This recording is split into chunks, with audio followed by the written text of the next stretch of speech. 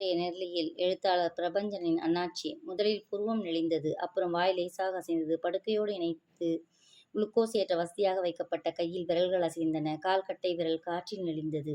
அண்ணாச்சிக்கு ஏற்பட்ட அசைவுகளையே மிக கவனித்துக் கொண்டிருந்த காளி கத்திக்கொண்டே அறையை விட்டு வெளியே ஓடினான். அண்ணாச்சிக்கு உசிர் வந்தாச்சு, உடம்பை அசைக்கிறாரு. செய்தி ஜுரம் வேகத்தில் பரவியது. வராண்டாவில், ஆஸ்பத்திரி முகப்பில், தெருவில், மரண நிலையில், தேநீர் கடையில் என்று கொத்து கொத்தாக குழுமியிருந்த ஜனக்கூட்டம் அண்ணாச்சி படுத்திருந்த அறைக்குள் பாய்ந்தது. டியூட்டி நர்ஸ், யாரு நீங்கள்லாம், இத்தனை பேர் வரக்கூடாது என்று சட்டம் பேச முற்பட்டாள். சும்மா இரு நர்சம்மா, எங்கள் அண்ணாச்சி சார் உசுறு பழப்பாரா மாட்டாரோன்னு நாங்கள் வயிற்றில் நெருப்பை கட்டிகிட்டு இருந்தோம். என்னமோ அண்ணாச்சி சாரு மாதிரி பேசுறியே என்று சொல்லிக்கொண்டே அஞ்சலி அக்கா அறைக்குள் புகுந்தது. ராசா, எங்கள் துறையே பிழைச்சிக்கினியா, எங்கே போயிடுவியோன்னு நினச்சிட்டோம். எங்கள் வயிற்றில் பாலை வாத்தியே ராசா என்று தன் மார்பிலும் வயிற்றிலும் அடித்து கொண்டு அழுதாள்.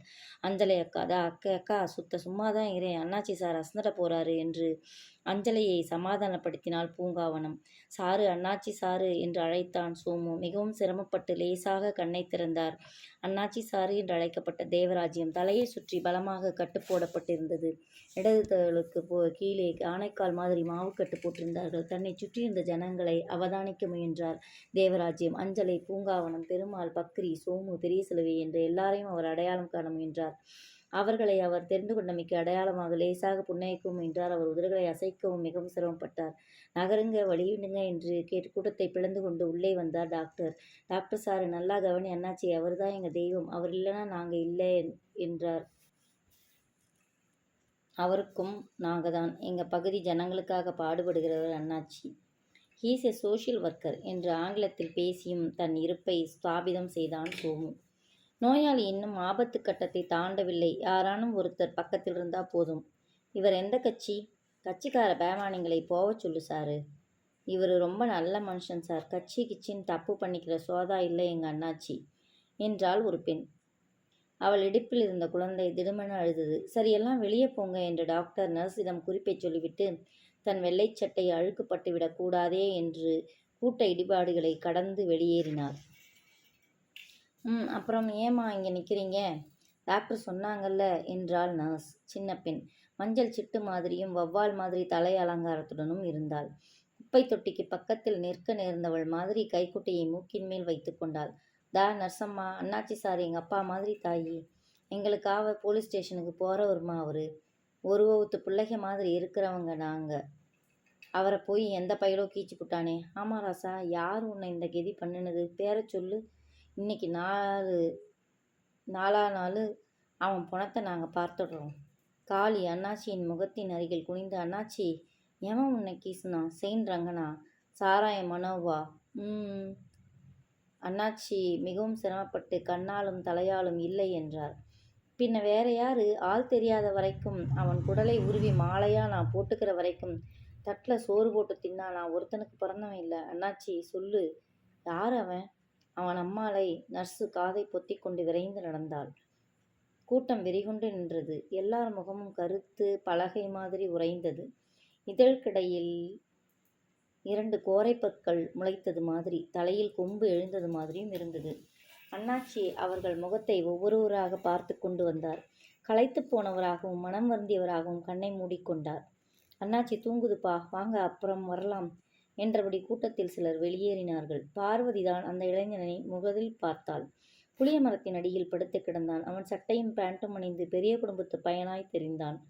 மயக்கமாய் விழுந்து கிடக்கிறான். போதையா, தண்ணி வண்டியா என்றெல்லாம் யோசனை செய்து கொண்டே நின்றாள். புளிய மரத்தடியில் சிறுநீர் கழிக்க வந்தவள் அசல் ஆம்பளையை பார்த்து தயங்கினாள். தூங்கிறவன் தானே என்று செடிமறைவில் அமர்ந்து எழுந்தாள். குடிசைக்குள் நுழைந்தவள் அங்கிருந்தவனிடம் சொன்னாள், எவனோ படுத்துக்கிணத்து இருக்காயா, என்னமோ மாதிரி இருக்கு. குடிகார கம்மாட்டியா இருப்பான். அவனை பார்க்க சொல்ல அப்படி தெரியலையா?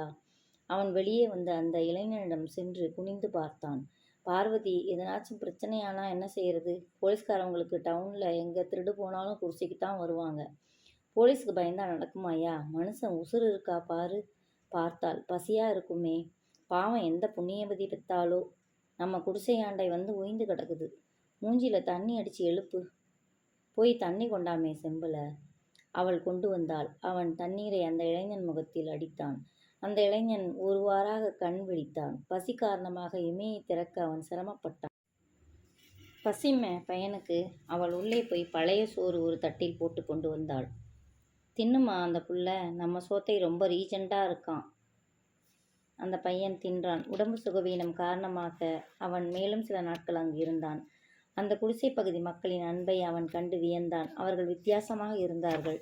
ரொம்ப வண்டையாக பேசினார்கள். 3 வயசு குழந்தையில் இருந்து கிழவன் வரை கெட்ட வார்த்தைகளில் உழன்றதை அந்த இளைஞன் ஆச்சரியத்துடன் அவதானித்தான்.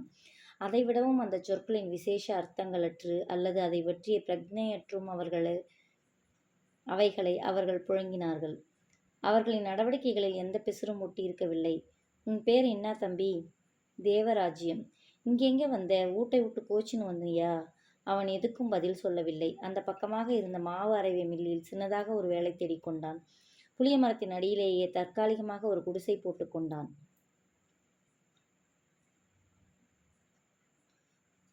ஆண்கள் ஆஸ்பத்திரிகளில் பணியாளர்களாக இருந்தார்கள். பிடிசியில் கண்டக்டர் வேலை பார்த்தார்கள். கொளுத்து வேலை செய்தார்கள். மூட்டை தூக்கினார்கள். ஊரில் நடக்கிற திருட்டு வழக்குகளில் சம்பந்தமில்லாமல் தண்டனை அனுபவித்தார்கள். குடித்தார்கள். தங்களுக்குள் பகைத்து அடித்து கொண்டார்கள். குடி தெளிந்ததும் அன்பு மீதூர தழுவி கொண்டார்கள். அவனுக்கு அவர்களை பிடித்திருந்தது. அஞ்சலை அக்கா அப்போதுதான் வேலை முடித்து திரும்பினிருந்தாள். சொர்ணவேலு மேஸ்திரியிடம் அவள் சித்தாளாக இருந்தாள். அஞ்சலை நல்ல தொழிலாளி என்ற பெயர் வாங்கியிருந்தாள். அவள் தம்பி அண்ணாமலையோடு திண்ணையில் பேசிக்கொண்டு அமர்ந்திருந்தார் தேவராஜ்யம். பையில் அரிசியும் கழுத்தில் கயிறு கட்டின பாட்டிலில் எண்ணெயும் சமையல் சாமான்களுடன் வந்த அஞ்சலை தேவராஜ்யத்திடம் சொன்னாள். சாரு, மீன் வாங்கி வந்திருக்கேன், துண்ணுட்டு போ. சரிக்கா.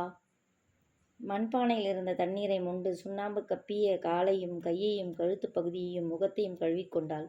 சற்று நேரம் அமர்ந்து வெற்றிலை புகையிலை போட்டுக்கொண்டாள். என்னக்கா ரொம்ப களைப்பா என்றான். என்ன நீ கூட என்ன அக்காங்கிற? சாரு, நீ உன் ரீஜெண்ட் என்ன, படிப்பென்ன? எங்களுக்கெல்லாம் தலைவராக இருந்துக்குன்னு தலையாவது வாளாவது. பார்வதி அம்மா எனக்கு தாயின்னா அதுவும் புள்ள எனக்கு அக்கா இல்லாகாட்டி வேற யாரு? 15 வருஷத்துக்கு முன்னால் உன் அம்மா அந்த பழைய சோத்தை கொடுத்து உசுறு கொடுக்கலைனா என்னை புதைச்ச இடம் புல்லு முளைச்சி போயிருக்கும். அஞ்சலை சிரித்தாள். வாசலில் 2 போலீஸ்காரர்கள் தோன்றினார்கள். என்ன அஞ்சலை, இன்னைக்கு நல்ல அறுவடையாமே என்றான் ஒரு போலீஸ்காரன். ஐயா, என்ன சொல்கிற நீ? இப்போத்தான் கொளுத்து வேலை முடிஞ்சு வந்து குந்திக்கின்னு இருக்கேன்.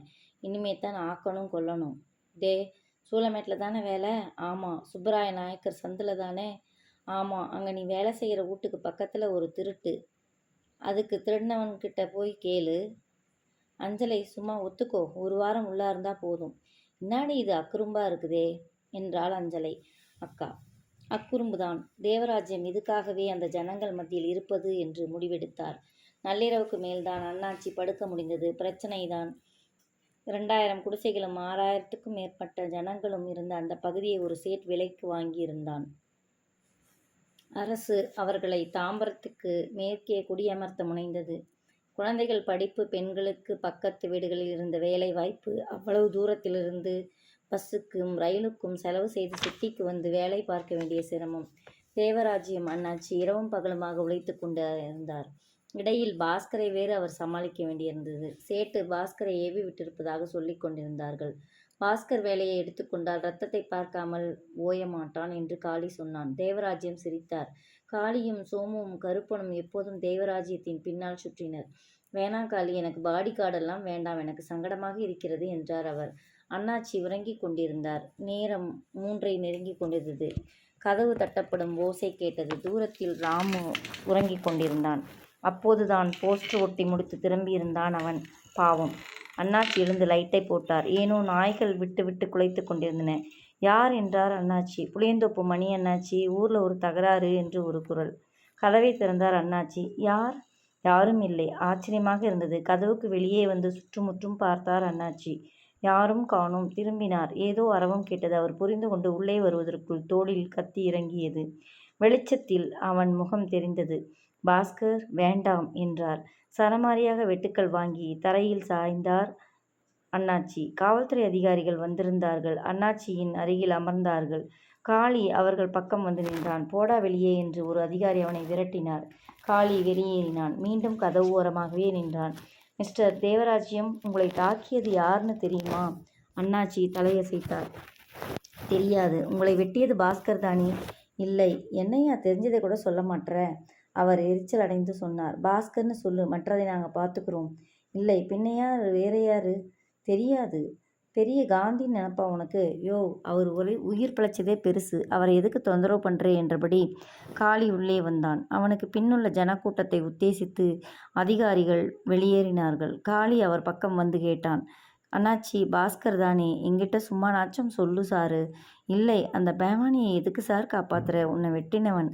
அண்ணாச்சி சிரிக்க முயன்றார். காளி துண்டை வாயில் புதைத்து கொண்டு அழுதான். மின்சார ரயிலில் இருந்து இறங்கினார் அண்ணாச்சி. அண்ணாச்சி என்று ஒரு குரல் அழைத்தது. திரும்பினார். பீட்டர் நின்றிருந்தான். என்ன பீட்டர், சாருக்கு என்ன இந்த பக்கம்? வாங்க, டீ சாப்பிடலாம்.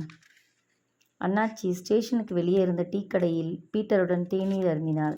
டீ கிளாஸை பிடித்திருந்த அண்ணாச்சியின் விரலை பார்த்து சொன்னான் பீட்டர். நடு விரலும் அதுக்கு அடுத்த விரலும் இல்லாமல் இருந்தது. காதுக்கு கீழே கத்தி இறங்கின வடு தெரிந்தது. அண்ணாச்சி, அந்த போராட்டத்தை நீங்கள் எடுக்கலைனா எங்கள் வீடுகளையே நாங்கள் இழந்திருப்போம். உயிரையே கொடுத்து எங்களுக்கு உதவினீங்க தோழர். 2 விரலே போச்சு என்று கரைந்து போய் சொன்னான் பீட்டர். அண்ணாச்சி சொன்னார், அதை விடுங்க, மில் கதவடைப்பு என்னாச்சு? என்ன நிலைமை? தோழர் விவரித்தார். வெயில் உச்சத்துக்கு வந்திருந்தது. செருப்புக்கு மீறி கால் சுட்டது. அண்ணாச்சி தோழரிடம் விடை பெற்று புறப்பட்டான். முட்டுச்சந்துக்கு வந்து வலப்பக்கம் திரும்பினார்.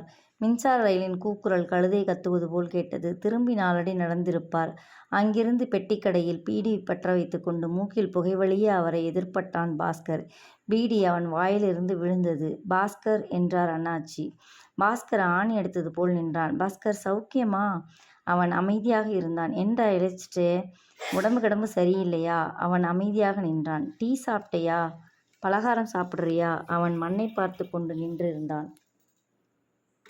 வா, நிழல்ல நிற்போம். அவர்கள் சைக்கிள் கடை நிழலில் போய் நின்றார்கள். உன் அம்மா காலமானது போனபோது கூட நீ ஊரில் இல்லையே? நான் வந்திருந்தேன். ஏய், என்னமோ போலிருக்க, உடம்பை பார்த்துக்கோ. அண்ணாச்சி அவன் சட்டையில் ஊர்ந்த ஒரு பூச்சியை தட்டி விட்டார்.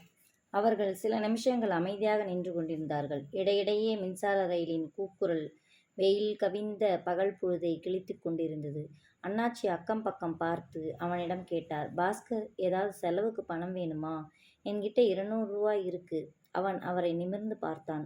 வேண்டாம் என்று தோன்ற தலையசைத்தான். சரி, நான் வரேன், உடம்ப பார்த்துக்கோ. அண்ணாச்சி நகர்ந்தார். அண்ணாச்சி தன் அறைக்கு வந்து சேர்ந்தபோது மணி 2 ஆகியிருந்தது. மிகுந்த களைப்பாக இருந்தது அவருக்கு. சட்டையை கழற்றி ஆணியில் மாட்டிவிட்டு படுத்தார். கதவு தட்டப்பட்டது. அண்ணாச்சி என்று ஒரு பதற்றமான குரல். அண்ணாச்சி கதவை திறந்தார். காளி நின்றிருந்தான். என்ன காளி? பாஸ்கர் இல்லை. சொல்லு. மின்சார ரயிலில் விழுந்துட்டான் அண்ணாச்சி. பாடியை போலீஸ் எடுத்துட்டு போயிருக்கு. எப்போ நடந்துச்சு? இப்போ 1 மணி நேரத்துக்கு முன்னால. கடவுளே, அவனுக்கு போய் பரிதாபம் காட்டுறீங்களே. அண்ணாச்சி சட்டையை மாட்டிக்கொண்டு புறப்பட்டார்.